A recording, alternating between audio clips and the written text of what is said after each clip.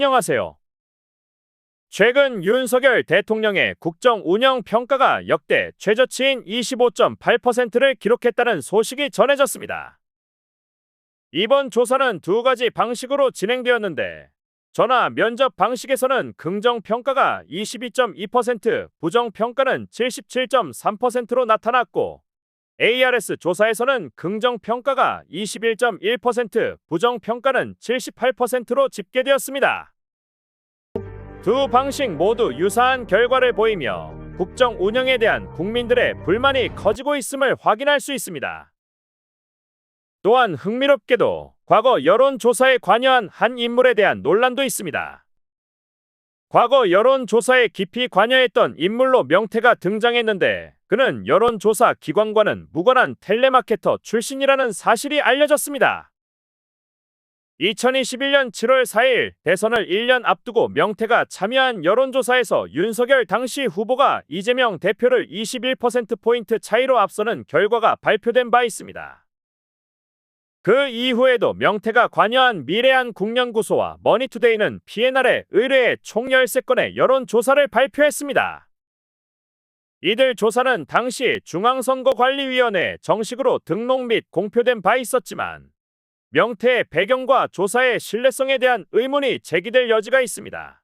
여러 언론 매체에서 인용된 여론조사 기관 PNR의 조사 결과는 특히 조선일보에서 자주 다뤄졌고, 윤석열 대통령과 관련된 조사에서 중요한 역할을 했습니다.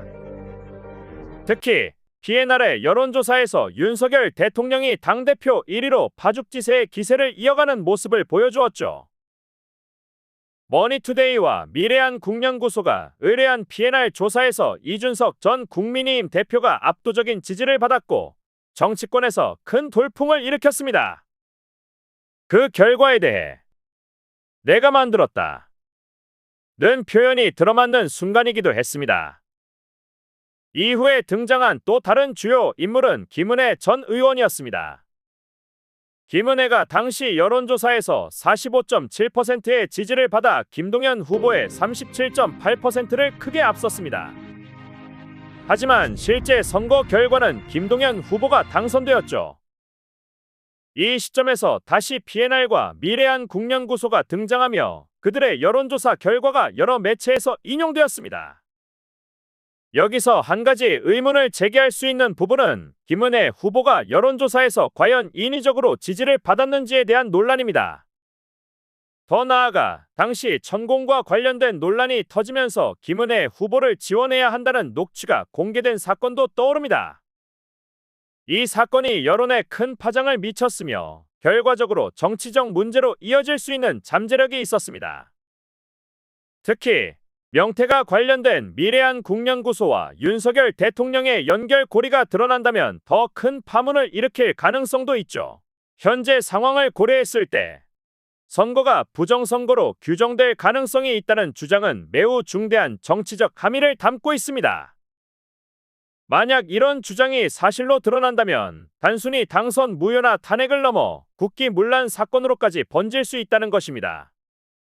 특히 부정선거 논란은 대한민국 민주주의의 근본을 뒤흔들 수 있는 사안이므로 이를 신중하게 다룰 필요가 있습니다. 언급하신 TV조선의 장세희 기자와 관련된 내용 역시 흥미로운데요.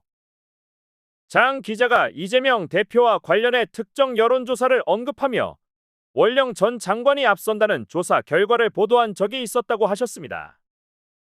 하지만 실제로 여론조사 결과를 보면 해당 내용과 상충되는 점들이 존재합니다. 예를 들어 엠브레인 퍼블릭의 조사에서는 이재명 대표가 42%, 원령 전 장관이 39%로 격차가 3%포인트에 불과한 적은 있지만 이재명 대표가 대체로 여론조사에서 앞서는 것으로 나타났습니다. 나머지 대부분의 조사에서는 10% 이상 차이로 이재명 대표가 우세한 결과가 나왔습니다. 그렇다면 장세희 기자가 언급한 여론조사의 출처는 무엇인지 의문을 가질 수 있습니다. 특정 언론이 보도한 여론조사 결과가 사실과 다르다면 이는 공정한 언론의 역할에 대한 비판과 함께 여론을 왜곡하는 결과를 초래할 수 있습니다. 여론조사는 그 자체로 선거 과정에서 중요한 영향을 미치기 때문에 결과를 왜곡하거나 특정 방향으로 해석하는 것은 매우 신중해야 합니다.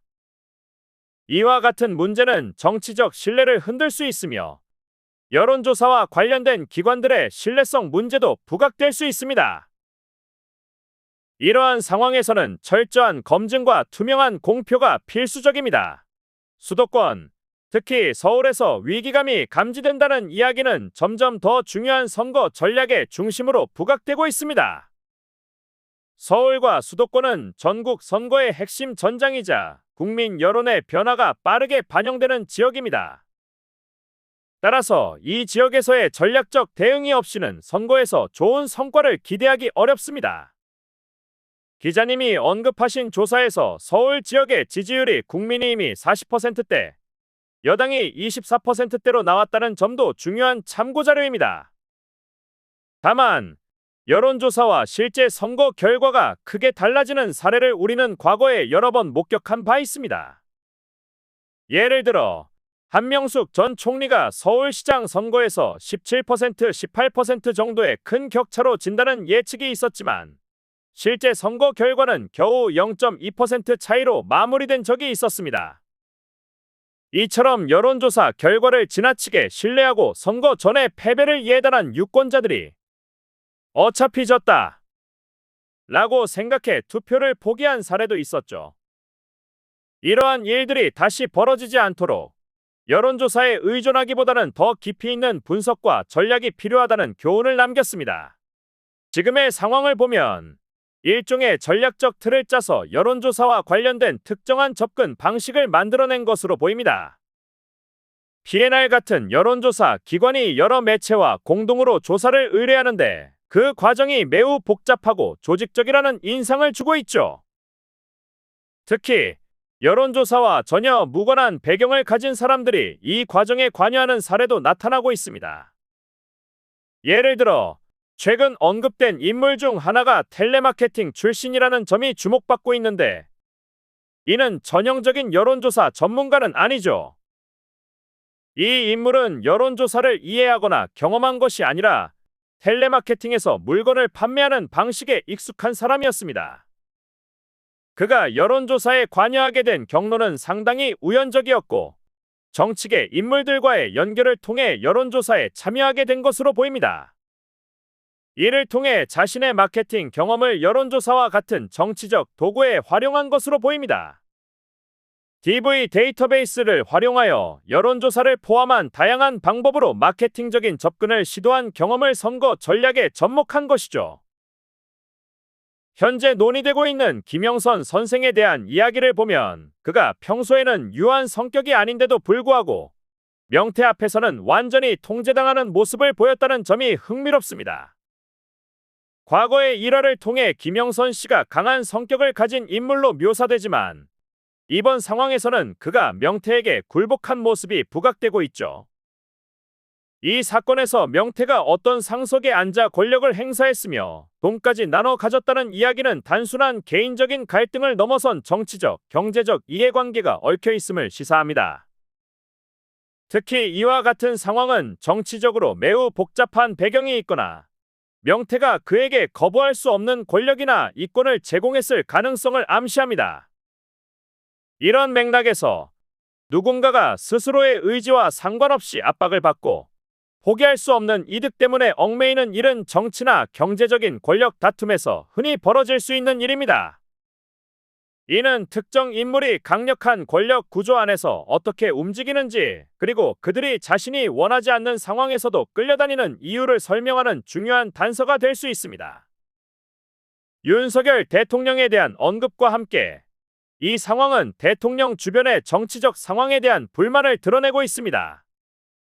내부 갈등이 복잡하게 얽혀 있으며 그 갈등이 표면으로 드러나면서 이른바 정신 나간 상황이라는 표현이 나오는 것이죠. 또한 대통령실이 상황을 제대로 관리하지 못하고 있다는 비판도 함께 나오고 있습니다. 지도부 내부의 분열과 불만은 종종 리더십의 부재와 연결되며 이러한 상황에서 중요한 것은 실질적인 해결책을 제시할 수 있는 내부적 조정과 갈등 관리입니다. 결국 이 상황은 단순한 개인 간의 갈등을 넘어 더 큰 정치적 이슈와 연결되어 있음을 보여줍니다. 지금 말씀하신 부분은 당내에서 공천 및 당무 개입에 대한 논란과 관련된 것으로 보입니다. 특히 전당대회를 둘러싼 이야기에서 나경원 후보를 배제하려는 움직임이 있었던 것에 대한 비판이 이어지고 있습니다. 이는 공천 과정뿐만 아니라 당무에까지 외부 개입이 있었다는 의혹으로 당내 갈등을 더욱 부각시키는 요인으로 작용할 수 있습니다. 이러한 논란은 정치적 신뢰도에 영향을 미치며 당내 민주적 절차의 공정성에 대한 의문을 제기할 수 있습니다. 다음으로 배우 이시영이 태극기를 들고 독도에서 인증샷을 남긴 사건이 일본에서 논란을 일으킨 것 같습니다. 일본 누리꾼들로부터 많은 비난과 악플이 달렸다는 소식인데 독도와 관련된 민감한 한일 관계를 다시 한번 상기시키는 사례입니다. 독도 문제는 한국과 일본 사이에서 역사적, 영토적 갈등의 상징이며 이시영의 행동은 한국인들로부터는 애국적인 행위로 평가받겠지만 일본에서는 반발을 불러일으킬 수밖에 없는 상황입니다. 이처럼 민감한 문제를 둘러싼 사건은 국제 관계에까지 영향을 미칠 수 있습니다. 또한 국군의 날 시가행진이 서울 도심에서 다시 열리게 된다는 소식은 논란의 중심에 서 있습니다. 시가행진은 군의 위상을 보여주는 행사이지만 역대 정권에서 한 번만 시행되던 것을 2번 이상 이어가겠다는 발표는 정부의 군사력을 과시하는 의도가 깔려 있다는 분석이 나올 수 있습니다. 이는 국내외적으로 다양한 반응을 불러일으킬 가능성이 있으며 군사력 과시에 대한 국민적, 정치적 논의가 이어질 것으로 보입니다. 국군의 날 시가행진에 대한 논란은 주로 비용 문제에서 비롯됩니다. 이번 행사는 약 78억 원의 비용이 소요될 것으로 알려졌고, 이는 윤석열 정권 하에서 더 많은 비용이 들 것으로 예상됩니다. 이에 대해 한국일보는 행사 자체가 과도하다는 비판을 제기했습니다. 시가행진은 화려한 퍼레이드를 통해 눈길을 끌 수 있지만 과도한 행사는 오히려 국민과의 불통을 상징할 수 있다는 지적입니다. 단순히 대규모 행사를 통해 국민과의 거리를 좁히겠다는 생각은 잘못된 판단이라는 것입니다. 윤석열 대통령이 전국 각지를 돌며 주재한 민생 토론도 있었고, 이전에 드문드문 개최되던 기자회견도 재개되는 등 소통의 형식을 갖추는 듯 보였습니다. 그러나 문제는 이러한 형식적 소통에도 불구하고 대통령의 지지율이 전례 없는 수준으로 하락했다는 점입니다. 임기가 아직 절반이나 남았음에도 불구하고 국정 운영에 대한 국민들의 우려가 높아지고 있다는 분석이 나오고 있습니다. 결국 중요한 것은 단순한 퍼레이드나 행사보다는 실질적인 소통과 국정 운영의 성과라는 점이 강조됩니다. 국민들이 원하는 것은 이벤트나 화려한 쇼보다는 진정성 있는 정책과 소통이기 때문에 이를 간과한 정치적 행사는 오히려 역효과를 낼 수 있습니다.